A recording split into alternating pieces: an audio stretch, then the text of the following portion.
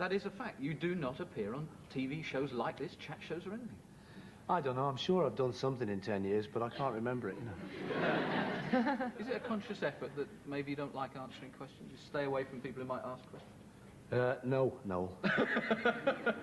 Yes, I'll get the one-word answers now. Yes. No. This is going to be really... Oh, thank you very much for coming, Linda. You're very welcome. Would you like a touch of this? Yes, that's exactly what I need at the moment. You've got a film you're working on, Broad Street. Yeah. And it's not out yet, and it's not coming out for about another 9 months. Why? True. We're still working on the music, doing the score, incidental music. No. And it's taking a bit of time, you know, and then they're going to release it, I think, spring of summer. Mm-hmm. What's it about? It's very like Olivia's film, actually. There's all this water, you see, and no. What's it about, seriously? Please. It's the tapes to my new album go missing, and I've got a friend who works for me who used to be a criminal, and people suspect him and I don't, and that's loosely the plot. And then I get into bed with John Travolta. At the end, though.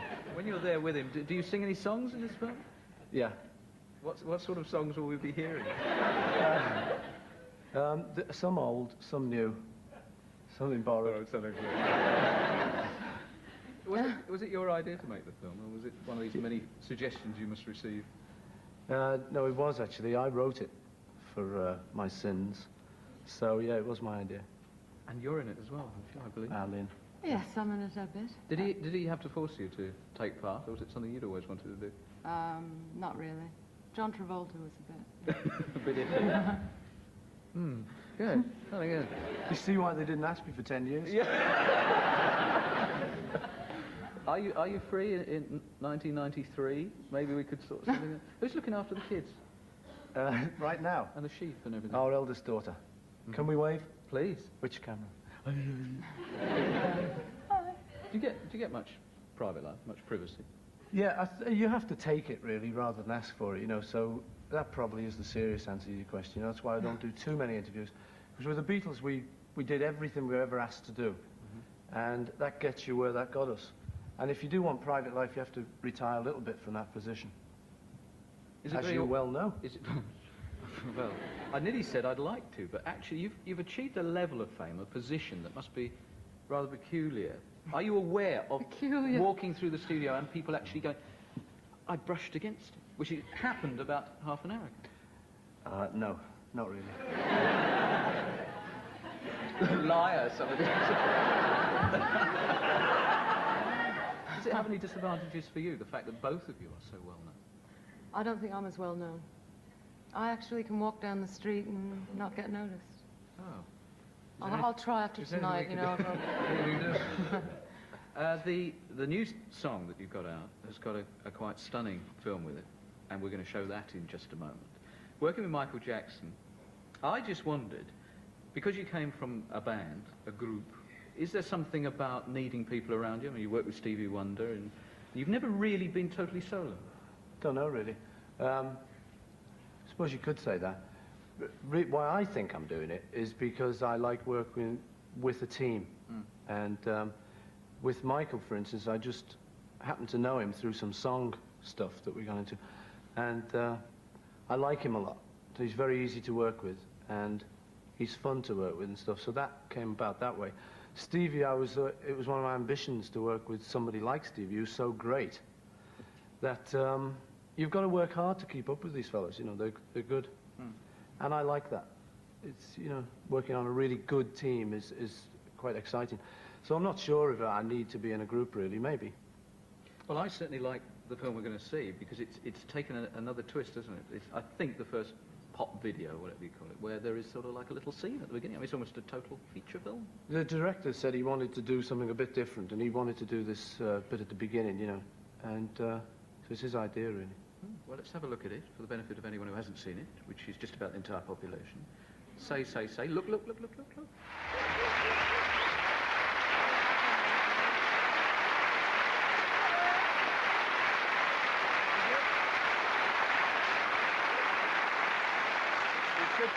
should really have left the microphone on then, I think, because you were giving me a running commentary about everybody that was in the film. The producer, the directors in. They're all in it. It's done on the cheap. Just say again for the benefit of everybody else. Who was in there? Well, the director's the fellow playing pool, who I beat playing pool. The fellow handing the money over is the producer. And all the people are all the local people. So the old guy doing all The old fellow, yeah. He's, in fact, after the thing, it went to his head and he's never been seen since. That's true, actually. Whereabouts did you shoot it? It was about an hour and a half outside Los Angeles in the Santa Ynez Valley.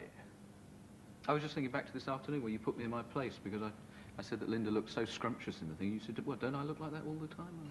I was really put down by that. Do you... Oh. Yes, well, it was meant as a huge compliment. Do you find it hurtful ever when you read things that people say about you? Because you've been criticised as being overbearing so. and whatever. I am. She is. Believe me. No, yeah, it hurts, yeah. I think everyone knows it hurts. Anyone who's ever done any kind of interview, people get wrong. Or not so much wrong if they don't like something you've done. But you've just got to live with it. What about challenges? Because I wonder whether... Is there anything left for you as a challenge? No. It was a pretty naff question. No, quite right. That really was right at the bottom of the Parkinson drawer, that one. I thought it was a good one, that. One of your better ones. But you've done everything. I mean, what's life all really. about? I haven't done anything, really. I mean, at the moment, I'm doing a film score. It's the first time I've ever done one of those. And there's actually lots of things I haven't done. Can't think of any right now, but there are. No, I can never actually think of... Go on. Ride a bull. Ride a bull. Ah, we could arrange it. You could abseil from a helicopter. On the wheel? Wallop. Yeah. No. Put your name up next. No, next week, maybe. Quite nice idea. Celebrity version of that. No one big dream, no one big ambition. Well, I mean, things like working with Stevie and Michael, that kind of ambition to, you know, I like working with people who are inspiring. And in truth, I can never think of them when you ask me like this. You know, it's always going home and they go, oh, I could have told him that. Is he a workaholic? Does he spend sort of all the time away? No, he just works because he likes it. Like I think all people work because they like doing something rather than just sitting around looking at the clouds. I like sitting around looking at the clouds. Yeah, I mean, my thing's music, you know, so that's easy. It's not like work, really. Yeah, exactly. It's a pleasure. So, you know, there's moments when it can get very like work. Yeah. But generally, out of the week, you know, most of the time, I enjoy it. You know, don't have to go in, but I just like doing it. I like music and what it does to you. Would you describe yourself as a good businessman? Vaguely, maybe, but I'm more the music side and the creative side. There's people who work at our office who are better businessmen than me. I try and stay out of a lot of that. And do you get a chance to sort of get away at all? I always have this Mullock-entire vision of you in a cottage somewhere. Yeah, we get away at least once a year to Scotland, where we do love it there. But the work's down here kind of thing, and you've got to come in. So we get away, yeah. Is he a good family man? Not bad.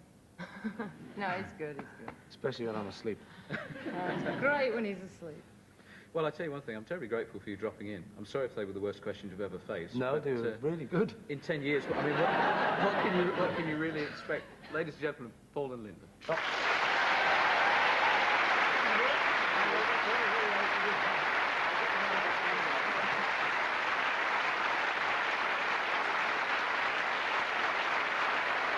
Watching the programme very closely will know that we are missing one whirly-wheeler because Alan Plummer's name came up on the wheel last week and we've been training him to be a magician, but because Paul and Linda agreed to come in, we've rejigged the programme somewhat. Do come in, Alan. Come in and say hello. How is your magic training going at the moment?